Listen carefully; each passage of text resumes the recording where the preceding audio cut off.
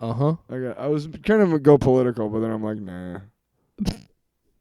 Like the man, you know what I mean? Like the man, you know? Like the authoritative, you know, the royal, the man, you know? The man. You know, like the white dudes in charge of everything, the man. Me and Jake running down the street with a handful of comic books, kicking ass and banging chicks and drinking booze No, not and me. smoking Not weed. me. I'm married. Yeah, well, I'm married. Jake. Can't do that. Yeah. Off panel, off topic with Jake and Tyler. All right, welcome back, everybody. I like that one. It's time for the show. Everybody wake up. It's number 147 of Off Panel Off Topic. Holy smokes. I'm Jake. That's Tyler. I'm Tyler. That's Jake. Hey. Zippity-doo-dah. Zippity-day. Wow. Well, actually, you know, it's fun. Happy May Day, because this is going up May 1st. So May Day, is that the day that the Russians overthrew the Hungarians? Well, I don't know, Tyler, but I do know this. I got my history off of YouTube. Do yourself a favor. Listen to Jonathan Coulton. That's Jonathan, Coulton. His song "First of May," because it's the 1st of May. Outdoor fucking starts today. That's all I'm saying. That's the song. Wow. Yeah. So grab your Is it a favorite country lady song? or no. It's like a folksy song. Sure. We made it, what, That sounds a like minute 30 before I said the F word? So I'm pretty Fuck. happy. Shit. That sounds like somebody who likes a country song and wants other people to hear it without telling them it's a country. Well, no, I don't want to get fucking copyright. I ain't got to play the dude's song. No, we're not going to play it. But you should check it out on Spotify. I'm pointing to the fake camera because we haven't done video. What are you doing here? What are we doing here? What are you doing? What are we here doing in with today's this show? Spotify bullshit with this other person here. What are you doing? I It's got a the good Spotify, song. All right. You got me through some hard times. So anyway, got a lot to talk about today. Of course, we're going to be talking about X-Men 97, Episode 7. I know we're an episode behind, but we'll be covering that. You're an episode behind. There's some stuff, interesting news about Amazon's Fallout show. And something sometimes a story just falls into your lap. And a story that was on the Wrap that got posted today about The Rock is really interesting. How interesting is it? We're going to talk about it. Hey. But first, let's talk about a couple things that make us angry. Like TikTok being banned. Not the TikTok. No.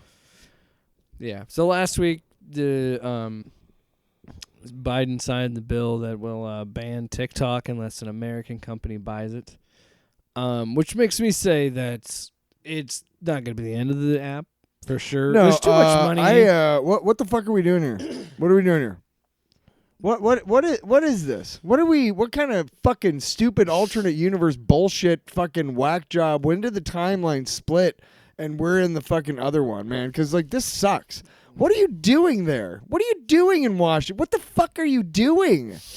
Hey, listen, the goddamn infrastructure is crumbling. We got racist fucking white supremacist terror groups all over the goddamn country. Everybody's trying to roll back rights on women. But you know what? This goddamn app is what we should be concentrating on. Hey, way to make sure that Trump's getting elected, dickhead.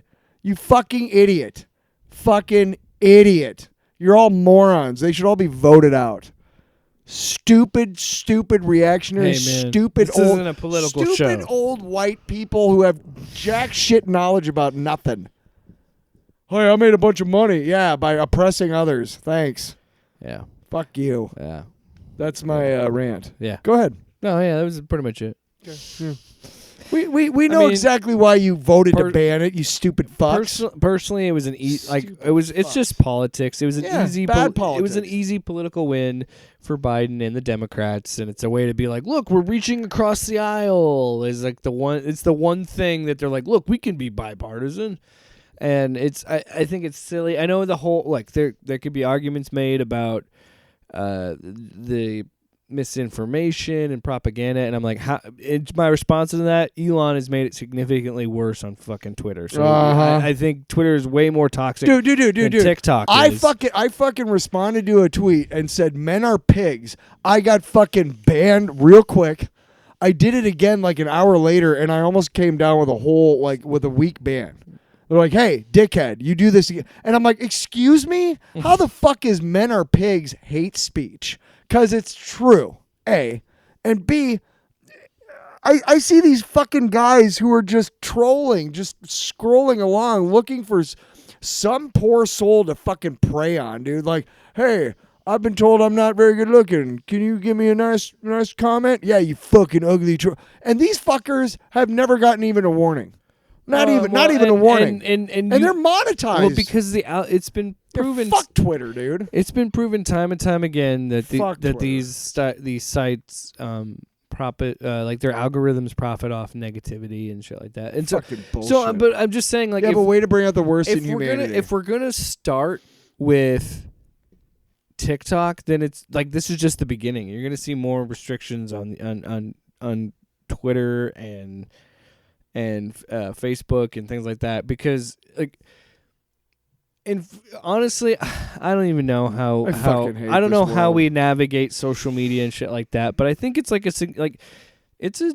it's a significant blow. There's people that make a living off TikTok. There's a whole, they're gonna have to do a whole new thing and go to YouTube Shorts or Instagram Reels, and like there's a whole different layer to that. And to me, I don't see how TikTok is any worse than Twitter or Facebook or any social media app, any like fucking YouTube. YouTube has proven time and time again they reward fucking bigotry dude.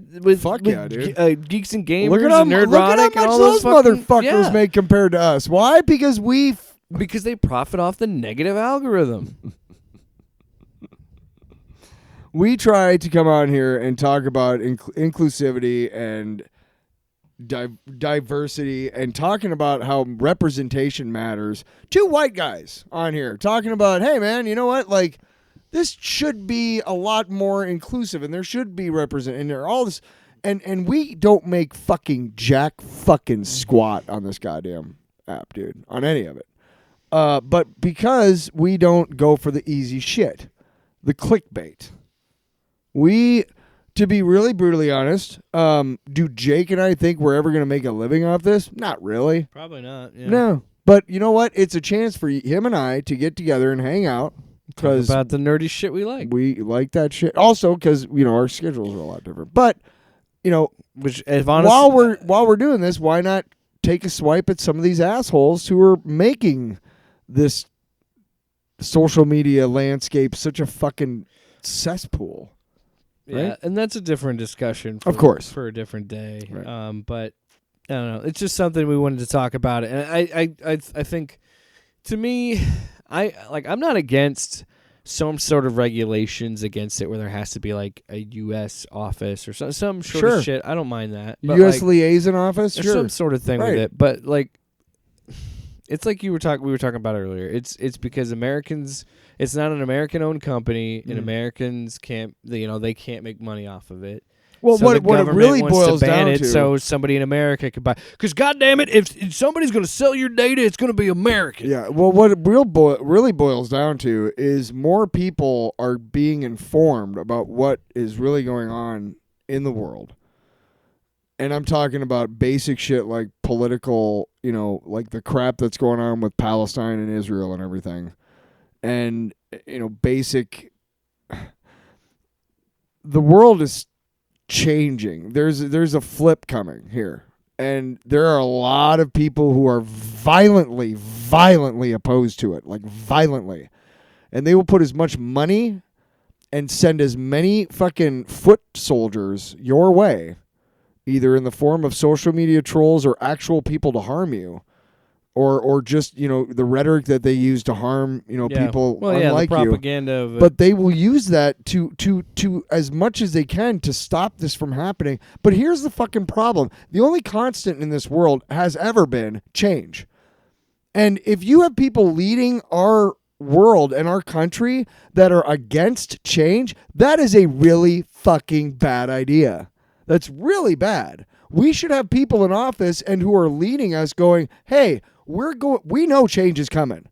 We're going to be there to make sure that when it changes, that we are at the forefront, A, that B, it's safe, and C, that nobody's fucking, trying to take shit over. Yeah. You shouldn't be banning shit. You should be regulate. God.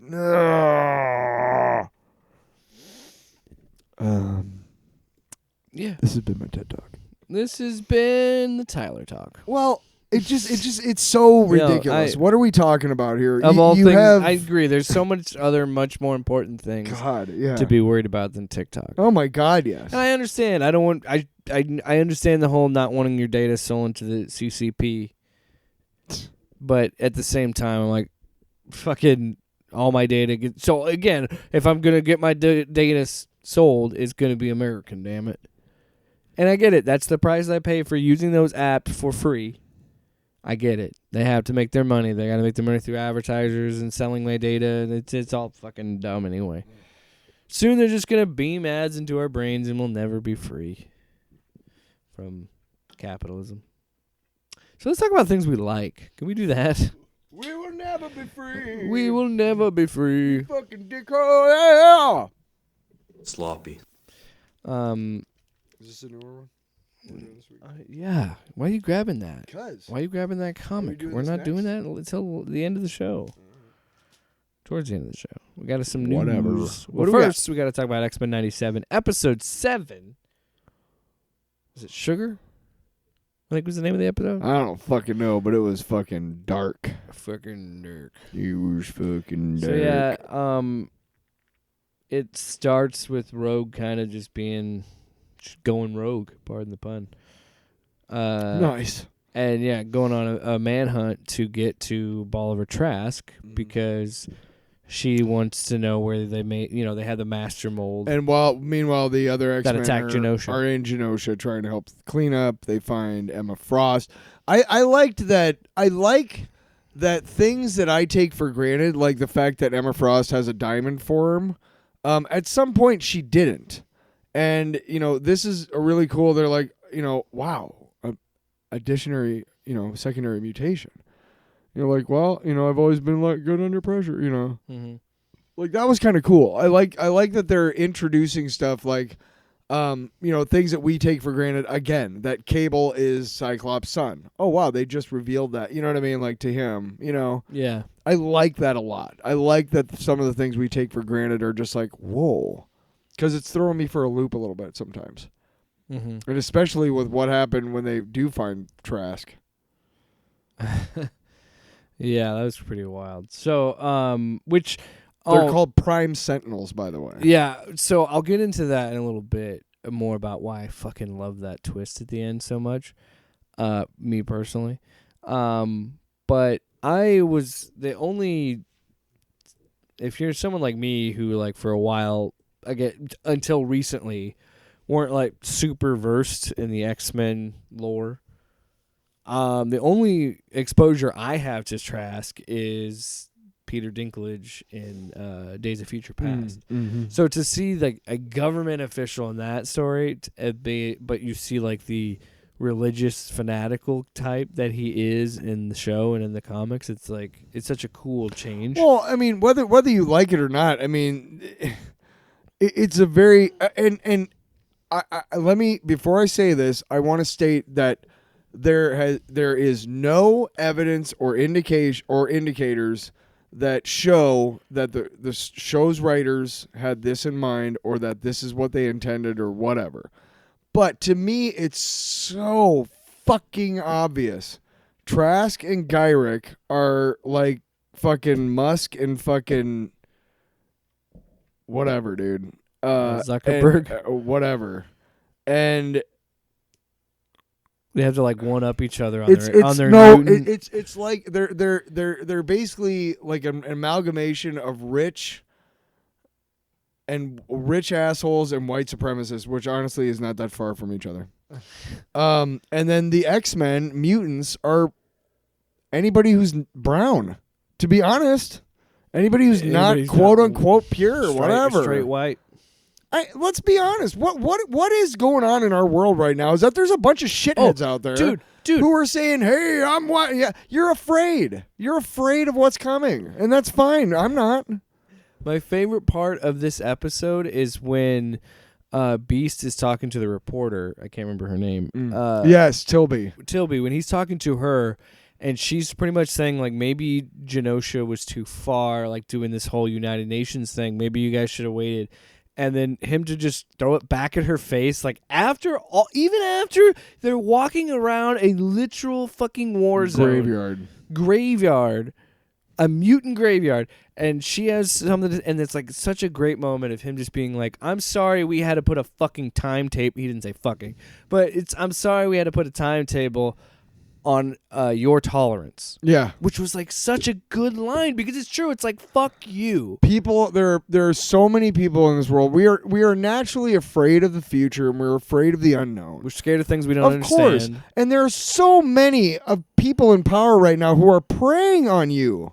And so many of us are letting them, and it's just shut up. Well, stop it. It's a great moment to. But it's a great moment to see someone like Beast who is generally the cooler head. Yeah, and in the group, and he's like, usually the one. Yeah, that's always the straightforward. He's almost the anti-Wolverine. He's a logical almost guy. Right. He's rarely impulsive.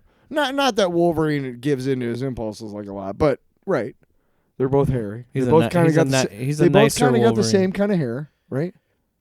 Yeah. But have him even being like, it's just like we talked about before we recorded, which is like mindfulness and like that moment of him trying to be like, step outside of yourself for a fucking second because you don't understand because you're human.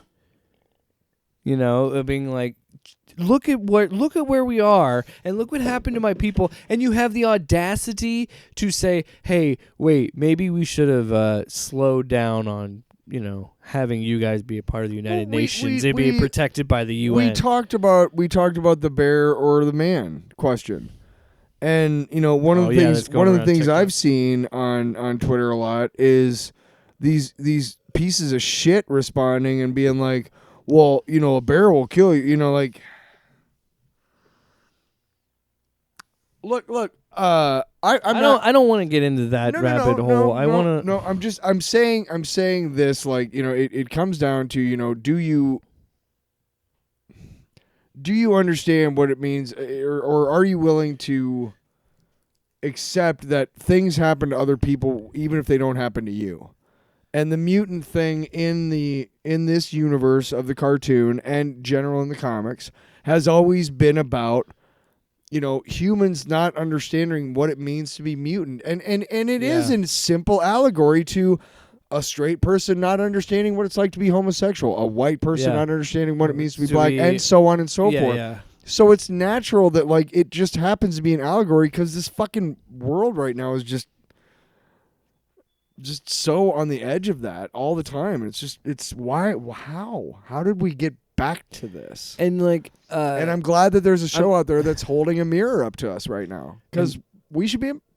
And like, honestly, man, I this show, I had high hopes for it, and it's exceeded, blowing my mind, so many expectations. It's so good. What I like about it, and I talked to my brother about Revenge of the Sith way back.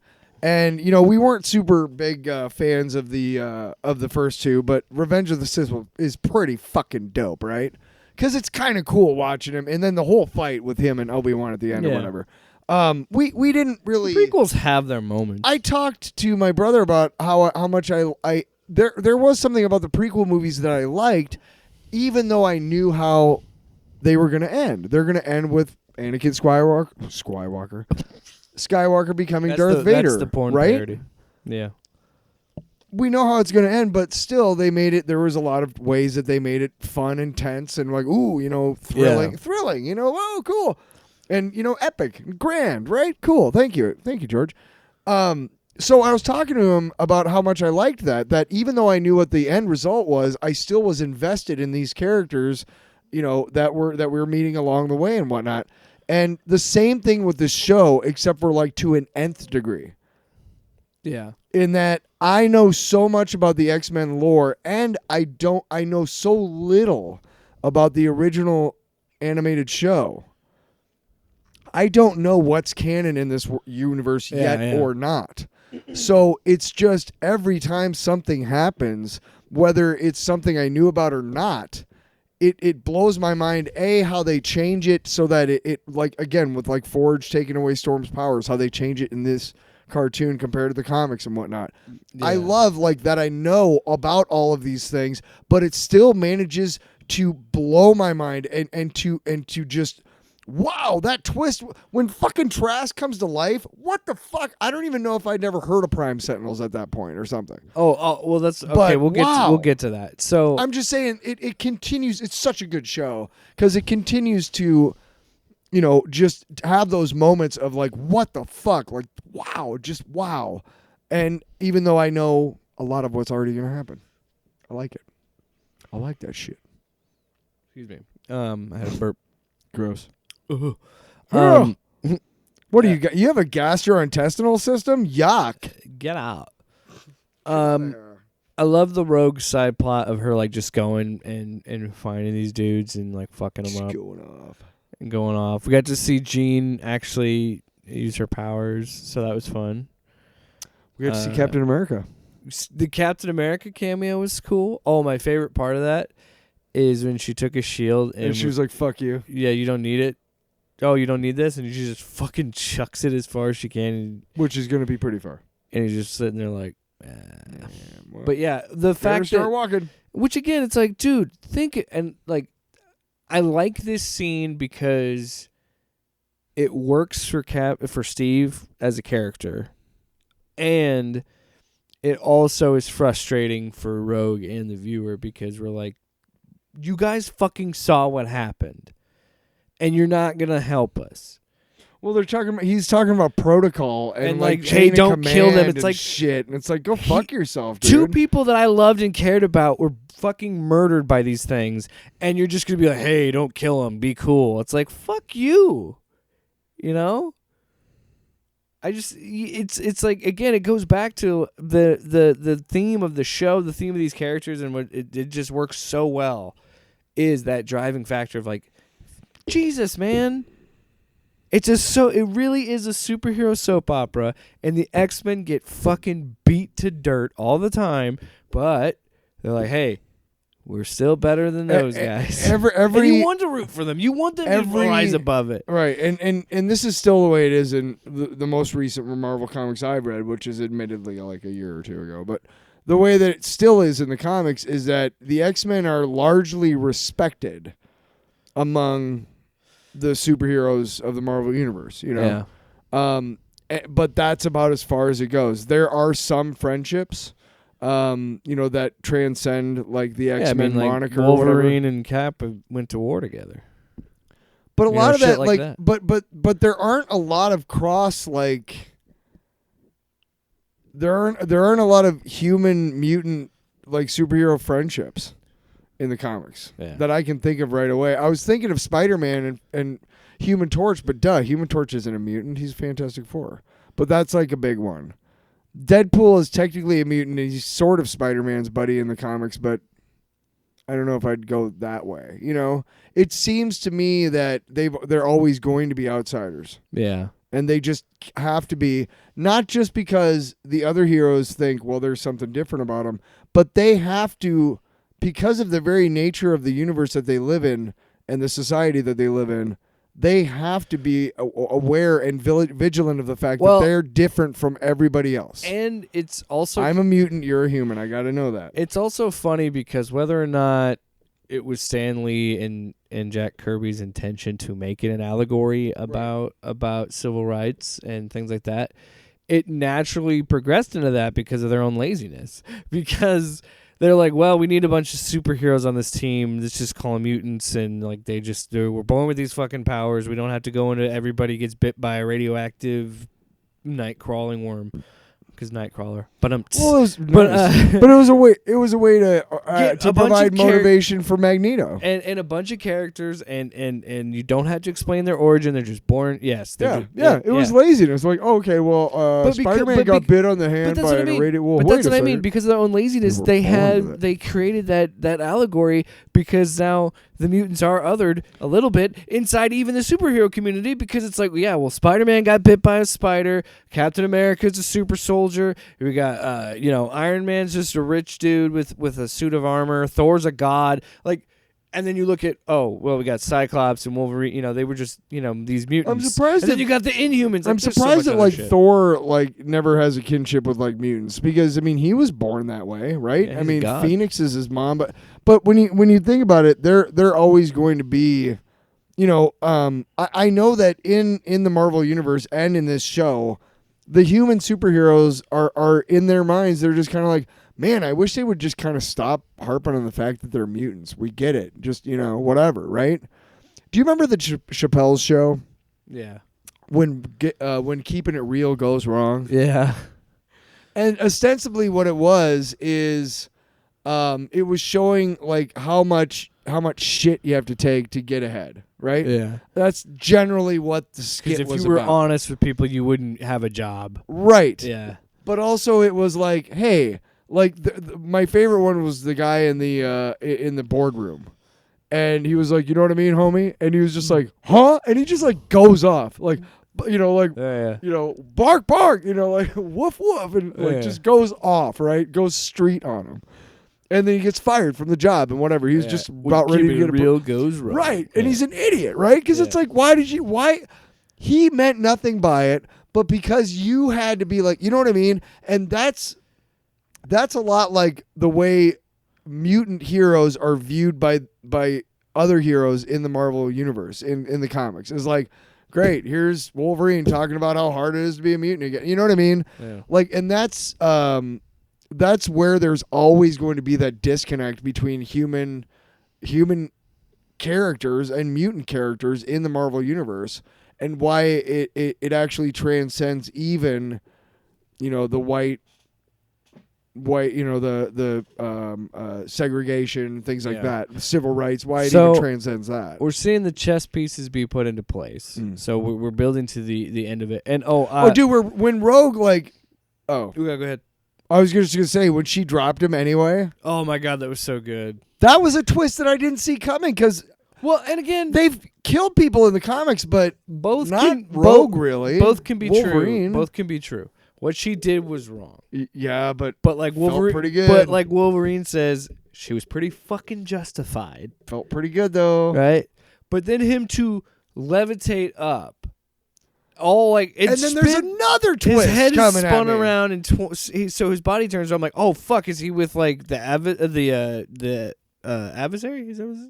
Oh yeah. Well, the big rooster thing, big owl thing. No, yeah. I was thinking that, and then his eyes start glowing, and he turns into and I'm like, oh Did you my see? God. Okay, I watch my shit with subtitles. So when there's noises, whatever, it'll describe them in parentheses. Yeah. And while I was watching that, during that scene, it was bones cracking. When he was turning around and shit, and it was just oh, how fucking grotesque. Yeah. How. So it made me visceral. When we go, oh shit, that's awesome, was how much of a deep cut it is of Sentinels, because I knew, and this is what you and I were talking about, both of us having enough knowledge of the lore, and having kind of fresh eyes on this show. Funny enough, I knew about this because shout out to the Marvel scripted podcast, Wolverine: The Long Night. Because spoilers, if you haven't listened to it, you should. It's great. But the big twist ending. Do we have pizza time still? No, never mind. Good. The big twist ending. So it's like a crime procedural. It's like a serial, those kind of podcasts. Yeah. It's an investigation. There's a whole bunch of shit. But at the end of it, the two cops that are investigating the whole case, that it's Wolverine is implicated in a murder or something, and they're trying to solve it and all this shit. This final confrontation, Wolverine attacks the guys, and the guy interrogating him, or they have a fight because he goes, I could smell it. You're a sentinel, bub. And that was so to see that also show up here in this show. It's like, oh shit. Okay, so we're digging deep in this shit. Like, so right. So I'm not fully versed on Bastion because we'll get to that. But I want whole thing. Yeah, we'll get to the end stuff. But I want to discuss Bastion because I'm not well versed in him. But I am well versed in he's an amalgamation of Master Mold and Nimrod. And now Nimrod is like the baddest ass sentinel there is. He's from an alternate timeline, alternate future. And the one time they defeated him during the Claremont Ramita run in the 80s was right after Rachel Summers tried to kill the Black Queen, who was like a vampire, psychic vampire, right? And Wolverine basically cuts her. Yeah. And she's dying. And Rachel Summers is the daughter of Scott and Jean Grey from the Days of Future Past timeline or whatever. So Nimrod, they literally have to like kill like 3 like X-Men and Hellfire Club guys to kill this Nimrod guy, this ultra fucking sentinel. Because he can, I mean, Nightcrawler almost kills himself, like trying to teleport part of him away, because that's the only way, like, that they can. Yeah. It's just because he's got defenses for all of them. Yeah. And he's got defenses for all of them in the future when they're, like, way better at their powers. So, you know, like. Speaking of. But Nimrod is. I'm super fucking happy to see that that's coming in, because they've shown him in the open before. Yeah. But, can we talk about, before we continue on to the Bastion stuff, I want to mention something I've been wanting to talk about since the beginning of the show. The opening titles. Yeah. How they have every guy. They keep hinting at it, yeah. No, they keep showing the changes. Yeah. Like the timeline changes, yeah. Well, no, like each character on the team has their own little thing, right? And like, hey, all of a sudden, Magneto, after the first episode, Magneto is in there. Yeah, and then Bishop shows up with longer hair and Cable's in it. Yeah, yeah. I'm saying that like that's they address that that they like Nightcrawler's in it now in the opening titles. I like how they change with each fucking episode depending on what's going on. Yeah, I think that's really cool. We haven't talked about that at all. Now, Cyclops, I think, is the only one, maybe Jean Grey, who's been in every one. Maybe Wolverine, too. Oh, yeah, Wolverine, Beast. Yeah.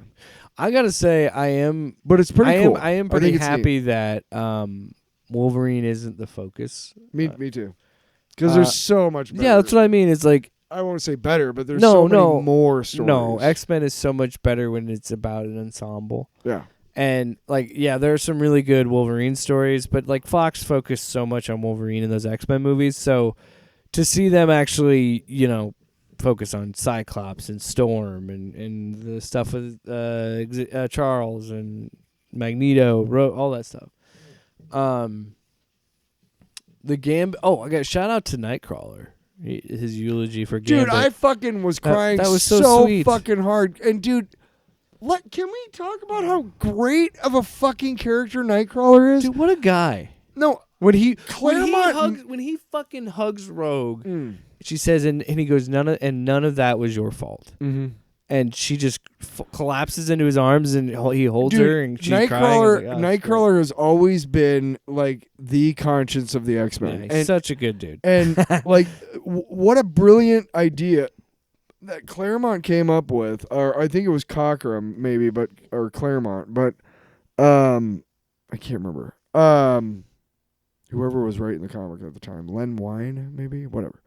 But when they first came in, the giant-size X-Men back in the 70s that introduced all of those characters, including Nightcrawler, I believe it was Claremont who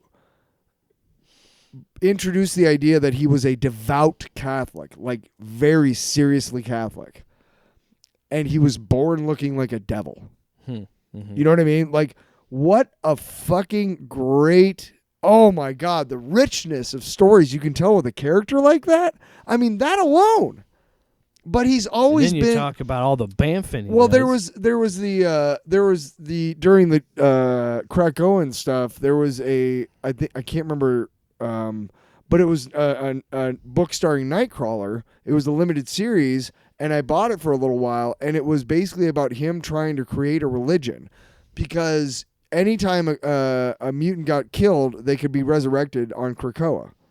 And he was watching like kids. I talked to you about this. He was watching kids like kill themselves for fun because they knew they'd be resurrected, and it horrified him, being a devout Catholic, right? Yeah. And to him, it was tantamount to suicide. Yes. So he's just like, he's looking around, and he talked to Dr. Nemesis, who had been turning himself into a living psilocybic mushroom. Did I tell you about that? Yeah, he literally does. He turns himself. By the time of the Sins of Sinister storyline, they finally go back to Earth to find him, and he's literally spread across this like 100-foot wall, and he's just balls tripping out. He's just like, "What up, dude?" Like, it's awesome. Anyway, when we review that, you'll have a lot of fun. But I just will I? Yeah. Finish your thoughts. It's just really, I just really like it. We're spoiled.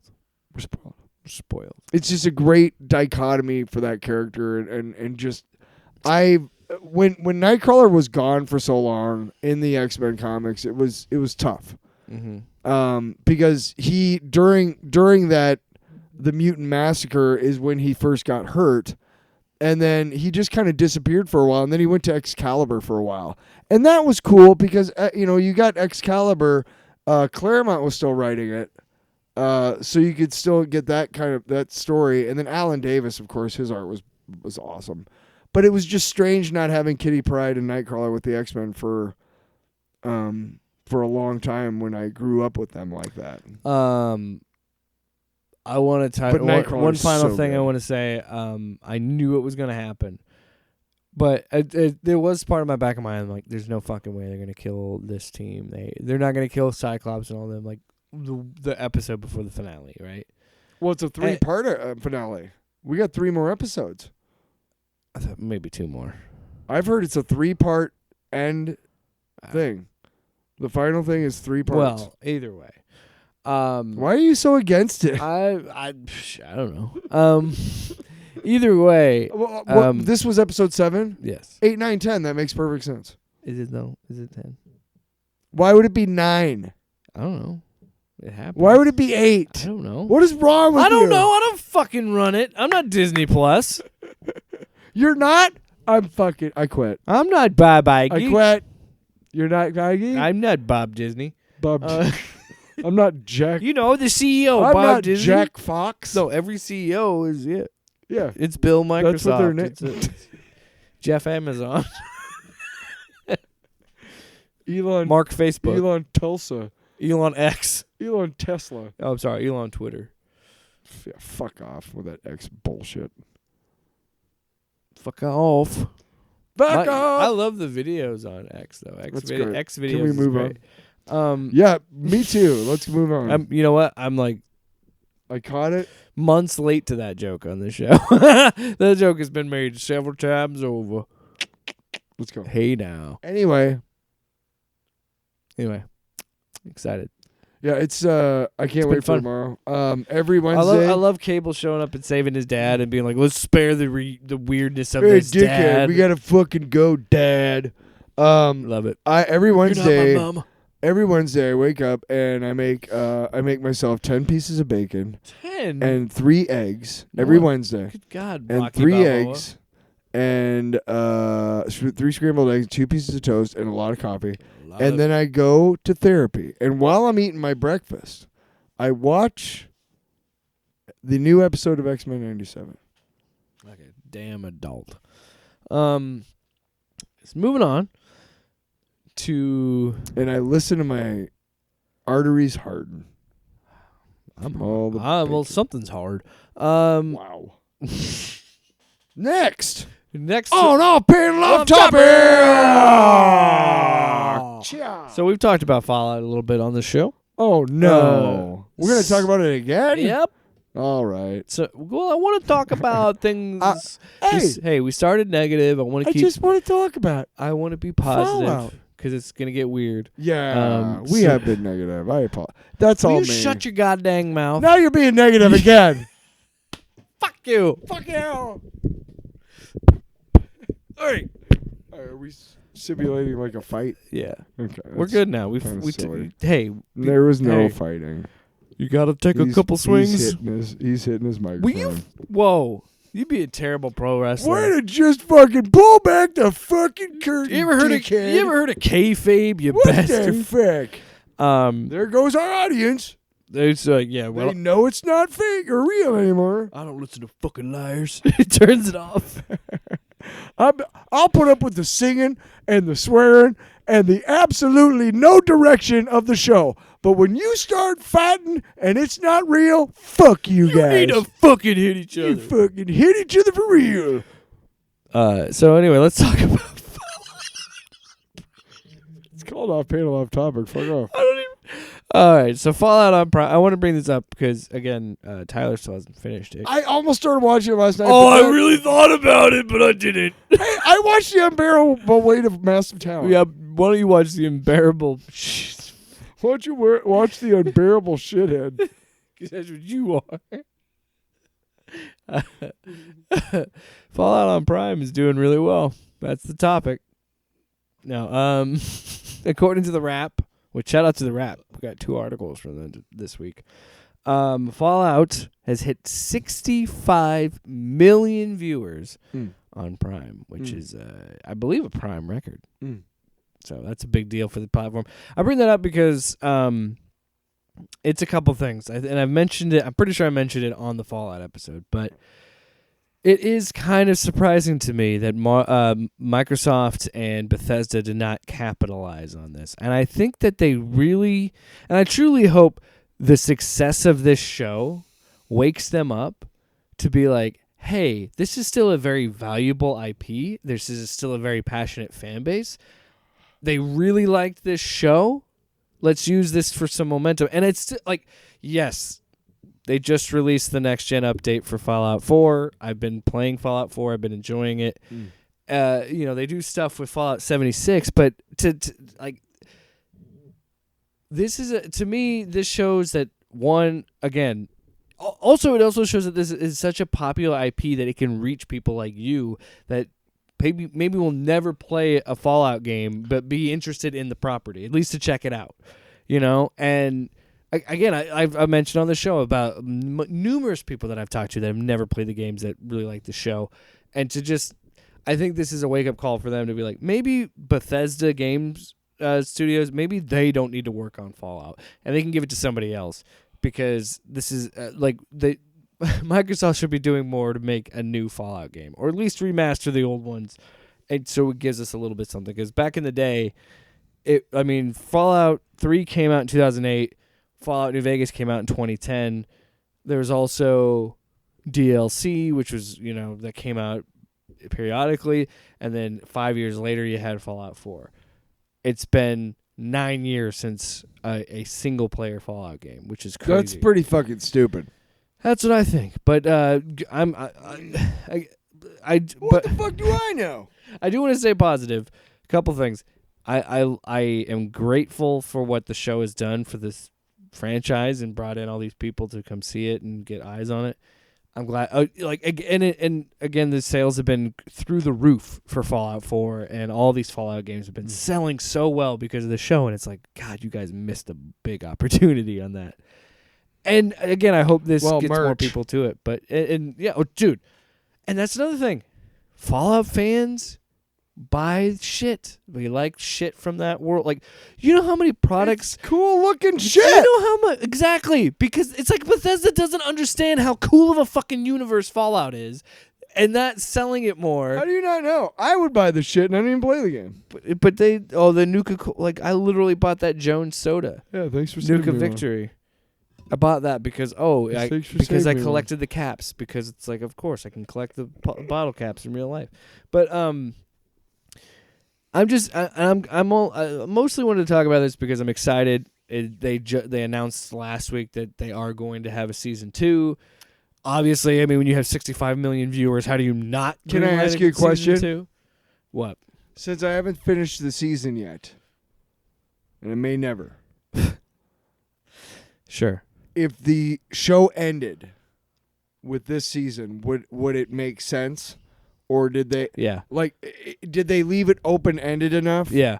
I think Because sometimes they'll set and you already said yes. Okay, I but can what I'm explain s- it No, without spoiling. I just want to say, like, sometimes somebody will set something up for like a Yeah. continuation, and then nothing happens. Like they leave it, like Deadwood, the final season of Deadwood. They set up so many fucking storylines to be resolved in the next season, and then just died, just canceled. Right? Yeah, it's not like that. So This think is what I was wondering. Is like this- you want to be good about for it. me, the way that this is constructed, yes, there is a big there is a cliffhanger at the end of it. But if it were to be like just one season, I feel like it's a pretty well self-contained story. Are their cliffhangers for storylines? Yes, but you could also just be like, oh, it's just another story in the wasteland, you know, because of how open-ended the games themselves are. You could do shit like that. But I'm glad that we are getting a second season. That we're gonna get, because I liked all those characters. I liked Maximus. I liked Lucy. I liked the Ghoul and Cooper Howard. I like all that shit. So it's exciting. I'm glad that so many people are watching it. Because we're doing the opposite of gatekeeping. I'm opening the gate. I want everybody in on this because this again, it is that theory and that truth of cool is cool. Like people, if it's like. If it's presented well enough, you can get anybody to get interested in this stuff, and you don't need to play the games to enjoy something like this. And it's showing with 65 million viewers. Mm-hmm. One more piece of news. One more piece of news coming down to you, and if you don't like it, then turn off the pod. Wait, what? Don't do that. Don't do that. Don't do that. Don't do that right now. So, I also want to point out that except for the 2 hours that I had. In the last 3 days to just chill and watch Unbearable Weight of Massive Talent. I have been rearranging my room so that I get more space to record stuff. And so when I'm doing that, I need to have stuff on the TV that I don't need to pay attention to. So like Night Court, Newhart, News Radio. It's like 3 of my favorite shows start with the letter N. Look at that. Wow. Interesting. Weird. Okay. So the next piece of news also comes from the Wrap. This again, we're recording on Tuesday. Okay. And this is going up on May 1st, but this just came. Oh, God. I think I squished my balls. So some interesting news has leaked to the Wrap about there's a report. So The Rock and $7 Productions have a Christmas movie coming out with Amazon MGM. Wow. That's exactly what we did. Red One. That's what it's called. God. And okay, let me guess the premise. Sorry, I had to sneeze. Gross. Ew. Bodily functions. Oh, come on, stop sneezing. Let me guess the premise based off the stupid title. I know, but I want to guess it. Okay. There's a guy who accidentally takes Santa Claus out, but he's like a action guy, and he's got to deliver all the Christmas presents in like a rocket ship. So stupid. No. Santa gets kidnapped in this one. No, for fuck's sake. And The Rock is a part of the elf. So Red elf One is team. like Air Force One. Okay, I get it. Yeah. Coop. My dog's losing his shit right now. Cooper. What the hell? Cooper. He's fine. You got a sock. I don't want to eat my sock. He's interrupting the recording. So yeah, he's a part of the elf team, which is extremely large fuckboy. No, what the fuck? could you imagine? Extremely large and formidable is what the elf operatives are. Really? Yeah. I'm Also, gonna punch myself in the face. Chris Evans is also in this. Okay. Yeah. So this movie got delayed. It was supposed to come out last year during the Christmas season. It got delayed until November of this year. They're saying a lot of it happened due to the strike, which could be true, but Sure. you know. Or it could just be a shitty movie. But there's some. Is it a shitty movie? I don't know. It's not out yet.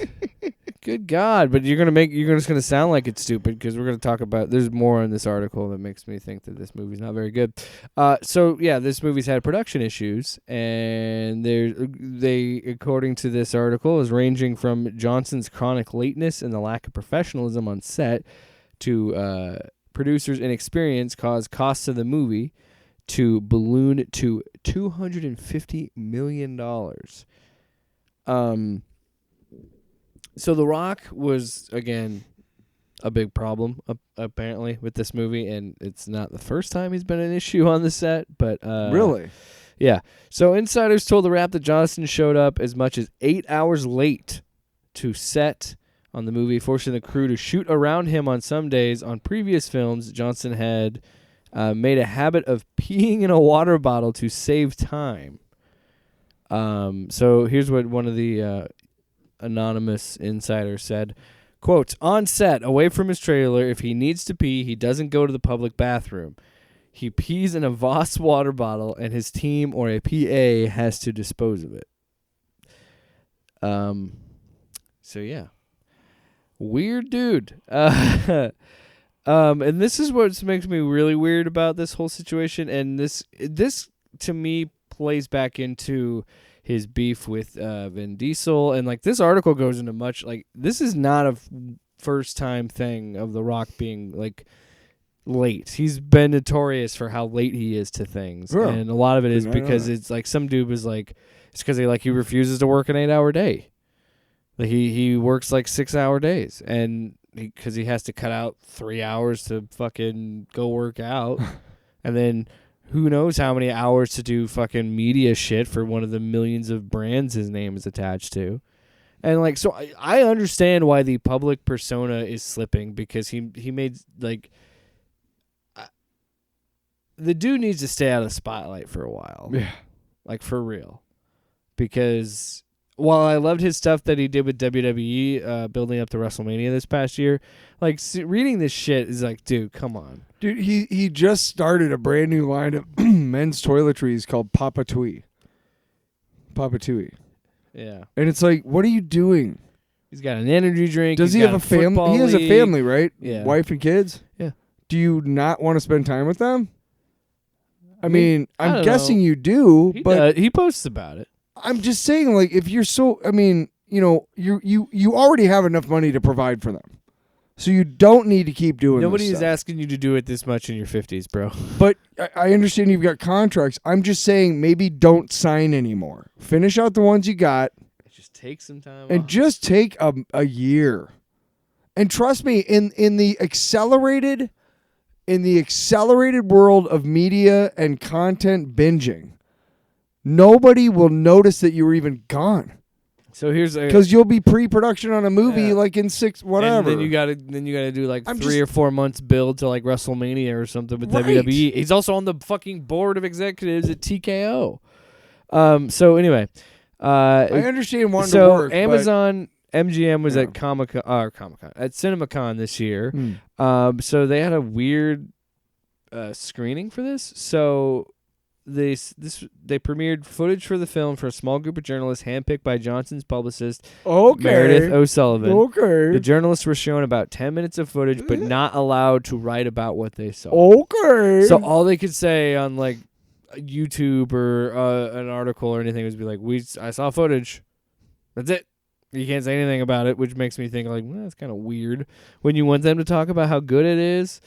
Yeah, it is. I mean, it's not.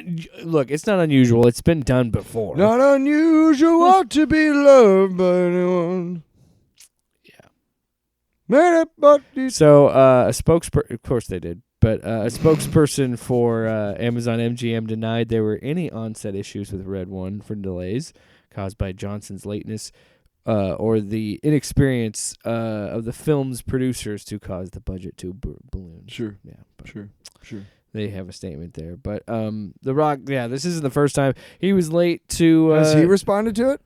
The Rock, not that I've seen yet, but who could by this recording by the time this goes up. But So someone told that worked on Red One said the only thing that Dwayne was consistent at was being chronically late.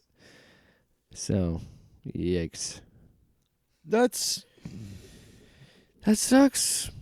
I mean, look, the guy's likable as hell. And I'm not saying that he probably isn't a good. I'm not saying he's a bad person or anything like that. No. I don't know the guy. I obviously don't know him personally. No. But you can see the persona slipping a little bit, and I think it's because people are more and more realizing like he's just made himself a brand. He's not Dwayne Johnson. He's not The Rock. He's this fucking mogul at this point. And there's nothing wrong with the dude making money. No, I'm not fuck saying no, dude. He's got more money to last 10. He's got enough money to last 10 lifetimes. Yeah. At his current lifestyle, so level of living, couple more notes on this before we wrap it up. Give some of it back to charity. Fuck. Before we wrap it up, Change the world, Dwayne. On the set of Red One, Johnson's pattern of lateness proved more damaging. Johnson was late an average of 7 to 8 hours per day and missed several entire days of production, ballooning costs by at least $50 million, according to 3 insiders who insisted being anonymous on fear of being fired. But here's what one of them said. It was a fucking disaster. On days when Johnson did show up at all, the production crew was forced to shoot around him. The insider said, Dwayne truly doesn't give a fuck. Yeah. Honestly, do you blame him? He's the fucking Rock. He is literally like probably one of like 3 people that is recognized everywhere on the Here's planet. another beauty of this. One source close to Amazon said it never veered from the figure greenlit at $250. Of course, you're gonna say that. Yeah. They're like, oh, it's normal for budgets to That's fluctuate what to we 15%. We said, hey, you've got this much. Another note: we talked about The Rock's commitments and all the shit he does. Production start dates on Red One were postponed twice due to Johnson's commitments to the Young Rock series, the XFL's relaunch, and the Black Adam press tour. Oh, for fuck's sake! And nobody gave a shit about that movie. Yeah. Yeah. What a shit show that show was. What a shit show. What a shit show that show was. What shit. a shit show. What shit show that show was. Shit. What a shit show that show was. Yeah. Shit. Shit. Shit. Shit. Show. Show. Show. Tyler. We keeping that in? Tyler for the comic time. Tyler Barron. Where's the spies? Where's the comic book? Punisher number 6. Number 6. All right, Chris. Go to bed. Nighty night. Good night. Sleep tight. Don't forget to dance. Don't let the bed bugs bite. So they basically just kick each other's ass. So Punisher number 6 by Jason Aaron, Jesus Zayas, and Paul Azuquita. I read this yesterday before, so I want to have it as fresh possible to talk about on the show. This series is so is so consistent with who Frank is. Like I've said it probably every time we've talked about it, but it's still great to see this series deconstruct him, but also make you really feel sad for him. It continue. I mean, like from the fact that we get the reveal that his whole relationship with Maria was built on a lie. His best friend died, was murdered. You just see these tragic things, and it continues in this issue, especially. It's even more tragic, but it's also is Frank having to learn to live with it in a way of being like, you are creating an abomination because you can't live with the guilt of this thing that created you. What created the Punisher. What you're starting to get the idea of in this issue, and we're on 6 now, which, if I'm not mistaken, should be the last book of King of Killers or whatever. This should be book 1 of Daredevil. Oops, spoilers. Okay, so it's basically 2 books, and this is book 1, chapter 6, and this is book 2, chapter 1. Anyway, but you're beginning to see that, we talked about this in the issue, I believe 1 or 2 issues ago, where he just slices up the Hydra guy for no reason. And you start to understand that Frank Castle's a sociopath and he's a psychopath. And he likes inflicting pain on others. And there's a sick, twisted sense of justice inside of him, but none of it's real because he's still a murderer. He still kills for pleasure, almost. That's what I mean, is he gets pleasure from pain. Yeah. Inflicting pain on others. Well, you're also starting to see that there's... You're starting to see Maria's side of things. Not quite this episode or this issue, but next issue we start seeing like a lot of her perspective instead of the priestess or instead of Frank's or whatever. And I think this is really important. And here's what we gotta. I gotta talk about something while we're talking about this because we're gonna get into it. It's gonna make it political. No, I'm kidding. Sorry. Right now there's a really shitty movie out called Miller's Girl. And Martin Freeman has been doing the rounds defending this piece of shit where he's a 52-year-old teacher who has a sexual relationship with his 21-year-old student. And he's defending this. Now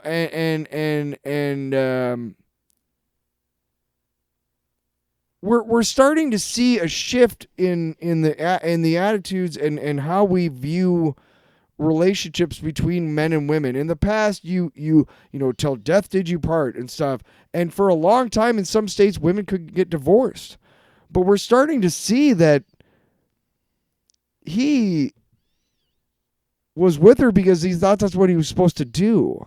He never really loved her. She was, and she loved him. Yeah. And she loved to lie. The reason why I brought that movie up is because there's a lot of shitheads in this world who will try to justify this shit because that's the way it's supposed to be or whatever. I also just wanted to bring up the fact that shut the fuck up, Martin Freeman. Stop defending this movie. Shut up. It's supposed to be a difficult topic.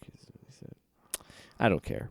Anyway, not for me. But he kicks. Ares just kicks the shit out of him, like bad. Again, gross, kind of. What I love about how, like what I said before with Ares and stuff, with how I love what Jason Aaron can do with mythology, and understanding the mythology of it, and understand. Like, yes, Ares was a good guy at some point because everybody is a good. Comic books are like pro wrestling. At some point, your favorite hero becomes a villain for a while, and then he becomes a hero again. You know how it works. But Ares, even in Greek mythology, was always was a dick, and he was a vindictive douche because he's like a hot-headed. He's the god of war. Yeah, he wants dick. People to fight each other. Yeah, and so like that whole theme of this storyline with him and Ares, and him saying like he is his best disciple, and the fact that in this issue we go to the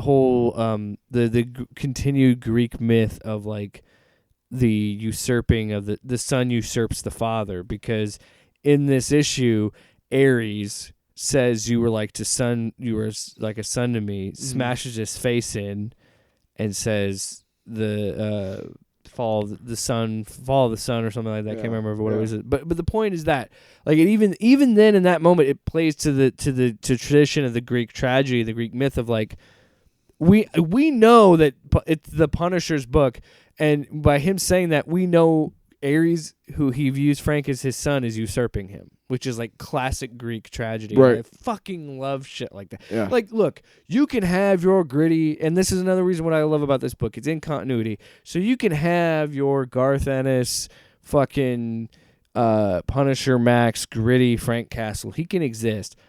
But I love that we're playing it, like we are really leaning into him being in the Marvel Universe and playing with these things, and it's weird because it's like this whole thing has been like a status quo change for Punisher and the Hand, and like and it's just so it's fun to jump into a book completely fresh at number one, even in the first issue, addresses like this isn't continuity, but we're changing things. Like this is going to be different. And like we discussed with Maria and things like that, and Stegman, like it doesn't necessarily like he's not necessarily retconning anything. We just don't have that backstory because Aaron is really driving home the theme of that, of like Maria was never supposed to be important to this story. She was always just a means to an end. And she is what creates. She is the origin story. Ask any fucking diehard Punisher fan what were the names of his kids. I bet you they couldn't tell you.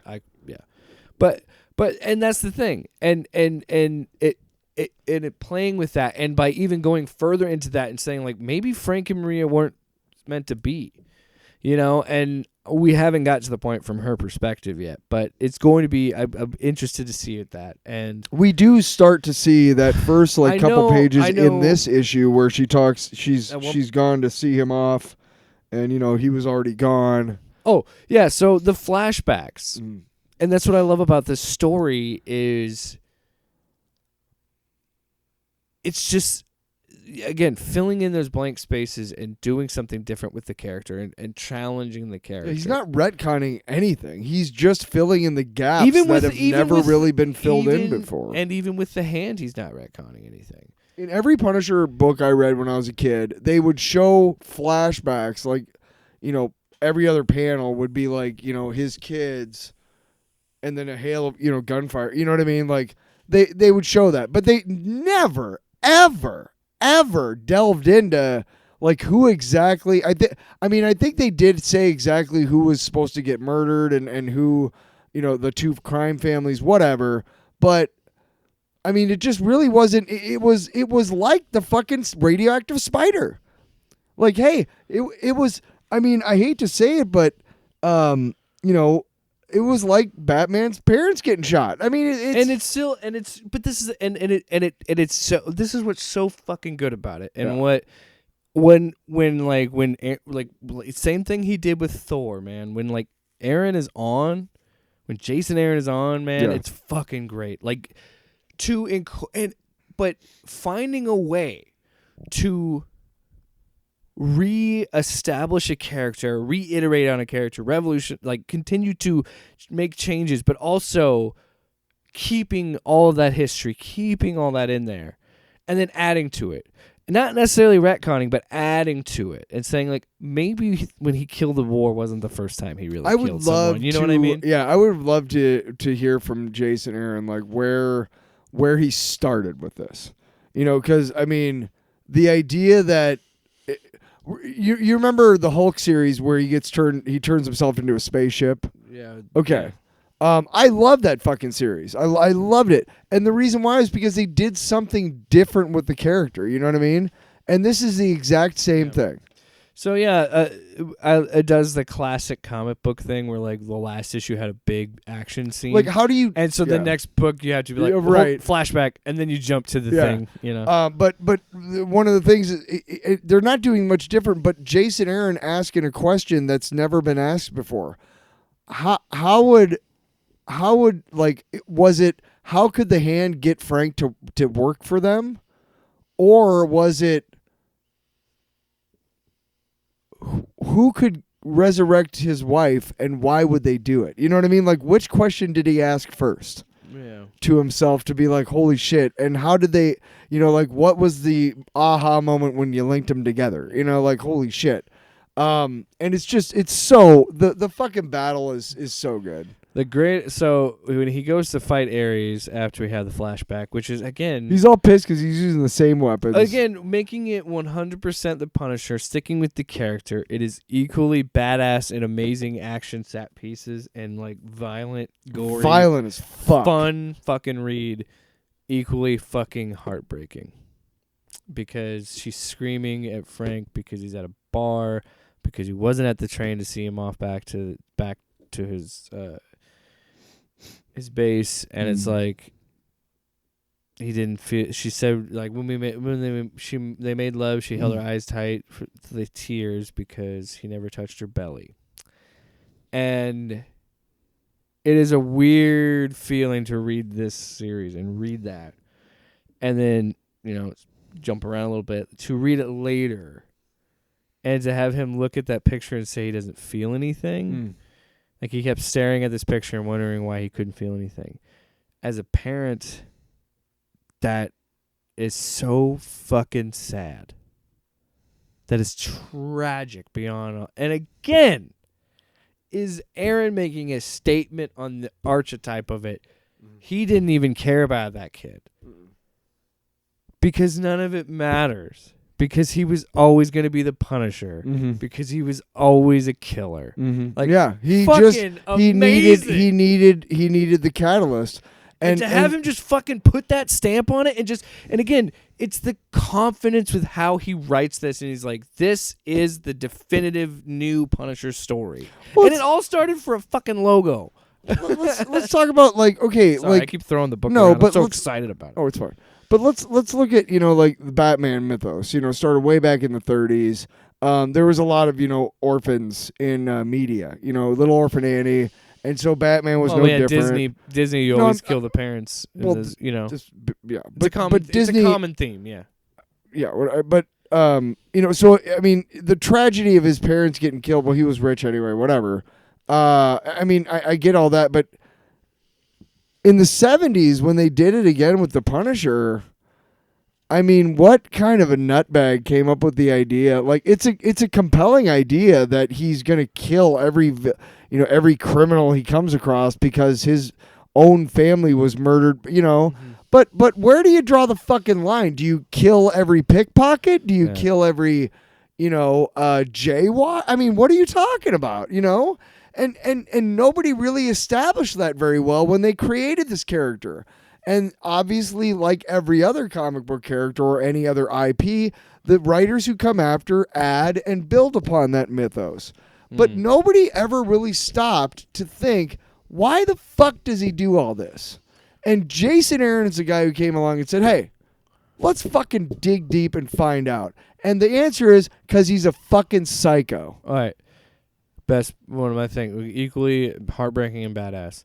So then we get to the fight with him and fucking Ares. And he says he's coming out of smoke, like he's hitting him with everything. He's hit him with a claymore, everything. And he just comes out of this big explosion. And he goes, the greatest machine of warfare ever born of man. Show me the true Punisher, or else die like a sniveling dog at the feet of your god. And he's wearing the fucking battle armor with the Punisher's logo on it. And it's like, we go from that really tragic, sad shit to like this. And again, the image of fucking Ares in the fire just standing there and like hitting him with banner cannons. He's got the graviton bazooka that he could fucking throw cars at him, and it's just not working. And then we get that amazing shot where he's reaching for the gun to shoot Ares, and it's the mirror shot from the first issue of him reaching from Rhea. Like, it's just so fucking good, man. The art again just pops. It's just and then again the two artists for the flashback and every what fucking drives issue me works amazingly. Is that every the present art, the art for the present so detailed storyline and vivid is and so like fucking Greek, like fresco style, like Sistine Chapel style, like really good. The epic feel like he's fighting the god of war. Like it's and then the flashback art is so good, but in another way, it's so good because it's such a downplayed style. The line work is a lot more feverish and a lot more desperate. But it's just it's so good. Yeah. It's so fucking good. Neither art style to me is better than the other. They can't exist in this book without the other. The flash, like the different, like Azakita's art for the flashbacks. There's a couple books. Where a lot of it is Azakita because it's mostly flashback. number 7 in particular, the next book. But it's awesome to see like an idea of like that come together so well. And I love it. I just fucking love it when a comic book like this utilizes the fact that it's a comic book. Yeah. And tells the story in a way that only this comic could be told. So the panel on the left, as you lead left to right, where he's punching Frank and punishing him for his sins of helping the hand and being against his god, and it has flashbacks, and then when you were hiding from me, it shows all the flashbacks of the hand being in his backstory and his history, and then him saying, "No, that was not them, that was me. No matter what lies they tell you, you are not their Messiah, Frank. You are mine, and I am war." Like just screaming it as he's punching him, and like he's just beating the shit out of Frank. It's amazing. It's very visceral. He beats the shit out of him, and he likes it. And then he said, no, it wasn't war, and it sure as hell wasn't you. But this is what I mean. Like, this whole sequence, this whole fight, this whole conflict with Ares only happens because Ares says, fuck off, Punisher. He is the best one-man war machine I could have. He's my best disciple. He's mine. And, like, again, you don't see a lot of that in media and interpretations of mythology and these gods, of like how obsessed by nature a godly figure is with the idea of a messiah or a prophet, or a disciple, or that idea that like I want him to worship the god of war. They get off on it. Like gives them the power. Ares belief. You know what I mean? Ares, he references it several times in the book. Bless the war in the series. Yeah. No, he references his time as an Avenger, as a good guy, as an Avenger and a good guy. But he also talks about like he kind of is just like, fuck all that. I don't know why I did any of that. Because I've always been, now I am who I've always been. I am fucking war. Like I am carnage. I am death. I am whatever. The fact he caved. It's so good that Aaron just made him like, because I always thought that was fucking weird that Ares wasn't a why. Well, and he was there even that a couple issues ago. Even the fact that he caved a man's skull in because he said peace. He said the word peace. It's so corny and dumb and silly, but it works so well in this. And because it's so brutal. I've watched like YouTube videos and I've like read some reviews about it, and like it is like this funny thing where like this story would be so compelling and interesting without the Punisher, but it still works so well with him. Like Frank is still very important and part of this because Frank is kind of awesome in the sense of like how he is kind of whatever about it. Where like he's a part of it and he has his moments where but it's just like he could fucking care less. Like he's still in it for his own gain. Well, like he's just in it to bring his family back. So Ares, right? But here's the thing: was he, or is it? Yeah, was he trying to avenge his family? That's what we're looking at here. So Ares kicks the shit out of him and tosses him away, and he has a flashback about being in Vietnam and talking about how he can't feel anything about his son, and then. Next thing he knows, he wakes up. He's alive. And he's alive back at the hand compound. And he has to go check out the kids. We finally see what's gone wrong. And he sees them trying to be revived, and they're just It is fucking horrifying. Like this really gross thing of like these two hands merged together. There's a pair of eyes on one side, like there's things going on, but like this is what's so tragic and again heartbreaking about this book. Like you were watching this fucking epic fight he has with Ares and this cool shit, and then you get to the thing with like, oh, he didn't feel anything for his kids, but like the fact that they're talking about the procedure. And she says, yes, I'm afraid that every time we've tried and failed to produce viable results, it's left less physical material to work with. Even the magic elixirs blessed by the beast have their limits, and with your wife requiring more injections after her sojourn through the woods, But we always try again and trust in the will of the beast. Perhaps after we've defeated the god of war, it will... Oh, no, before that, what did she say? I was looking up the right... Oh, she said it's harder to do the kids. It was easier to do Maria, but the reason it was harder because it's harder to do something with this material, with this magic, when the kids have been dead longer than they've been alive. Right. And it's like fucking hell, man. Well, do you remember when we read the first issue and I talked about the EMTs reminding that, or I said, remember that? Yeah. That the kids were cut to pieces? Yeah, there's not a lot there. Right. Immediately that when they came there, the kids were gone. Yeah. I mean, they were gone. So then she's like, there's no chance. The priestess, only Maria and Frank had a chance. Yeah.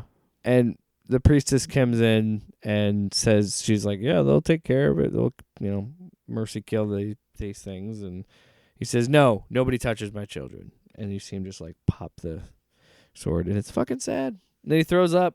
And then, Daredevil shows up. And he's like, what the hell are we doing here, Yeah, Frank? but I want you to fucking remember this for later issues. Do you think...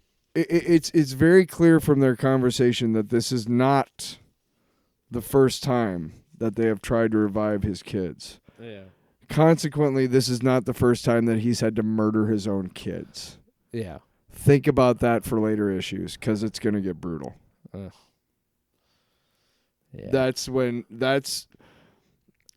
The idea is that we're deconstructing this because violence isn't the answer, and it never has been. And fucking people in this world need to stop thinking like that. And Frank, and this is a great way to take what a lot of assholes have pointed to as justifiable violence, vigilant. Yeah. This is a great way to tear all that mythos down and say, no, you're the fucking villain. You're the fucking villain, and you've always been the villain, Frank. You're the villain. Because you're a killer. All of this is because you're a killer. You're just who. Yeah, you've always been this way. And I'm really excited to get more into it because basically we finished the first book. Yeah.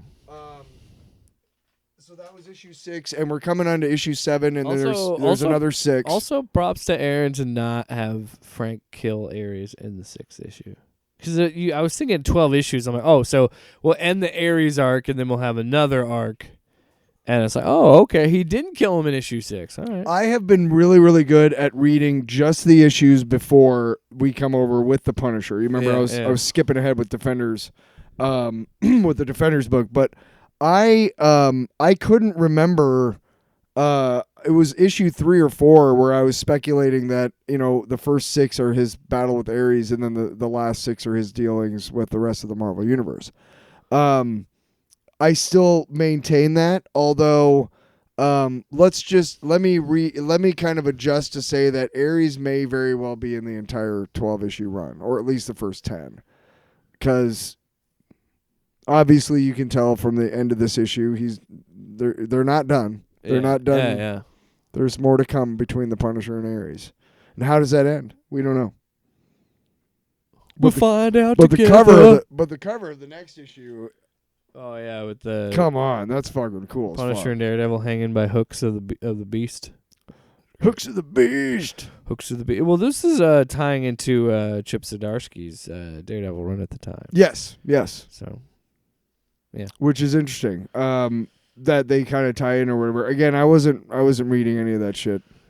I've heard nothing but good things about. No, me neither. But I couldn't read more than a couple books at the same time. Oh yeah, I want to go back and read Chip's run on Daredevil for sure. But put it away, man. Don't touch it. I'm looking at issue number 7 right now. It's on my hands. I don't know why I'm going Elvis.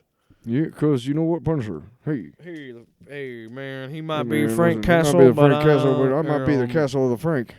Elvis Castle. Calvis of the asshole. Calvis of the asshole? That's Calvis of the asshole coming down to you piece of shit. What? Calvis of your asshole. Hey man, Punisher number 7 next week. Wrapping up talking about X-Men 97. Maybe some more news about The Rock being late to things. You know, imagine being so late to your job that you cost it $50 million. Yeah, but he's not Potentially. We paying don't know that. that. He's not paying that money. That's a drop Look, in his bucket. I understand that, but you know, I don't believe after when you first told me about the story, I was like, oh fucking, you know. But when you tell me why, yeah, we're not done talking yet. Whoa, just hang on. Give it a second before we start playing it again, okay? You fucking dick. When you first told me the story, do you have to start it over? No, I was just gonna start playing it when you started talking. When you started telling me about it, I was like, oh well, that sucks You know what I because you said? know what. Fuck you. When you started telling me that story, I was like, oh, that's too bad because I like him. But then you started telling me about like why the reasons are that he might be late, and it's like, well, clearly the motherfucker just doesn't know how to say no to a business opportunity, and also doesn't know how to take a second. Yeah. And it's not like he grew up poor. Well, maybe he did. I mean, but his dad was a professional wrestler, wasn't he? Maybe. Maybe not. Maybe fuck yourself. Off panel, off topic with Jake and Tyler.